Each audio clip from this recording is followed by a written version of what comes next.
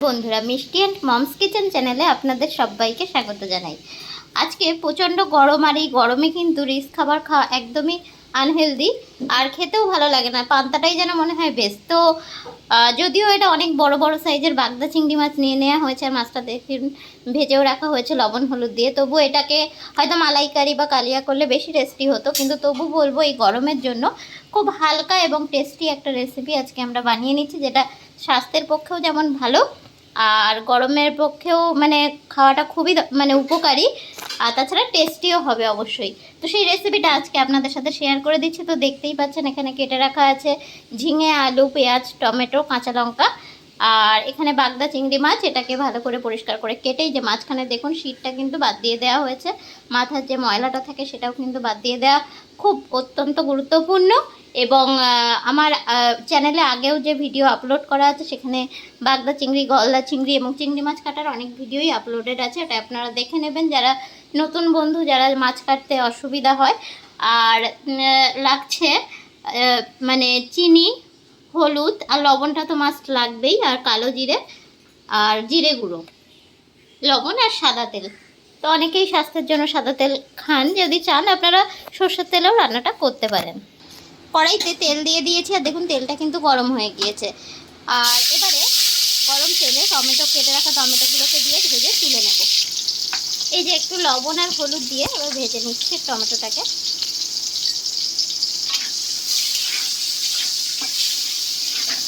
একটু হাই ফ্লেমে টমেটোটাকে ভেজে নিলেই কিন্তু হয়ে যাবে। আর এবারে আমি গ্যাসটাকে কমিয়ে ভাজা টমেটোগুলোকে একটা প্লেটে তুলে নিচ্ছি।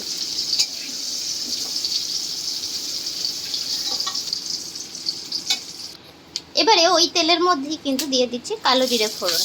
একবারই তেল ইউজ করবো এবং এক ফোড়নেই রান্নাটা হয়ে যাবে, যেহেতু এটা খুব স্বাস্থ্যকর এবং অল্প তেল মশলায় তৈরি হয়ে যাচ্ছে। আর কালো জিরে ফোড়ন দিয়ে এবার দিয়ে দিচ্ছি কেটে রাখা পেঁয়াজ। পেঁয়াজটা দিয়ে একটু ভাজা ভাজা করে নেওয়া হয়েছে। এবারে দিয়ে দিচ্ছি কেটে রাখা কাঁচা পাকা লঙ্কা। লঙ্কাটা দিয়েও একটু ভেজে নিয়েছি, আর একটু সাইডে সরিয়ে দিয়ে তেলের উপরে এবার দিয়ে দিলাম কেটে রাখা আলু। আলু দিয়ে দিচ্ছি অল্প একটু লবণ। যেহেতু হলুদটা দেওয়া হয়েছিল টমেটো ভাজার সময়, এখন আর অ্যাড করলাম না, পরে একটু দিয়ে দেবো। তো এটাকে একটু ফ্রাই করে নিচ্ছি। দেখুন আলুটা কিন্তু বেশ লাল লাল করে ভেজে নেওয়া হয়েছে।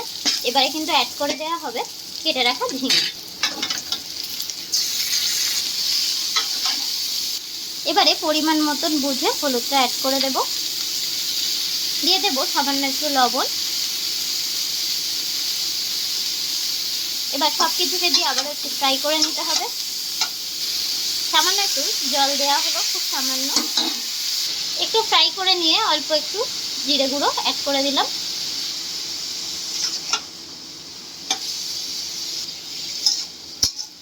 এবারে ভেজে রাখা বাগদা চিংড়িগুলো দিয়ে দেওয়া হচ্ছে। যেহেতু একটু বড় চিংড়ি মাছ কিন্তু সেদ্ধ হতে টাইম লাগে, সেজন্য একটু আগেই দিয়ে দেওয়া হচ্ছে, তাহলে কষানোর সাথে চিংড়ি মাছটাও সুন্দর মিশে যাবে বা একটু সেদ্ধ হতে সুবিধাও হবে। তো উপর থেকে এই জন্য দিয়ে দেওয়া হলো বাগদা চিংড়ি মাছগুলো। আর এবারে একটা ঢাকা দিয়ে মিনিট 5-এর জন্য এটা লো ফ্লেমে ঢাকা দিয়ে পর ফিরে এসেছি। যেহেতু এটা লো ফ্লেমে ছিল, দেখুন বেশ ঝিঙে থেকে কিন্তু অনেকটাই জল বেরিয়ে এসছে।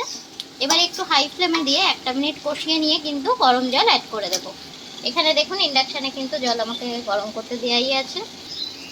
এবারে জলটা অ্যাড করে দিচ্ছি। পারলে আপনারাও একটু গরম জলই দেবেন, তাহলে তরকারির টেস্টটা কিন্তু খুব ভালো হয়। আবারও এটা 5 মিনিটের জন্য লো ফ্লেমে ঢাকিয়ে দিচ্ছি। 5 মিনিট পর ফিরে এসেছি। এবার ভেজে রাখা টমেটোটা অ্যাড করে দিচ্ছি। এবার দিয়ে দিচ্ছি অল্প একটু চিনি। এবার ঢাকা দিয়ে হাই ফ্লেমে 2 মিনিট রেখেই আমি গ্যাসটাকে অফ করে দেবো।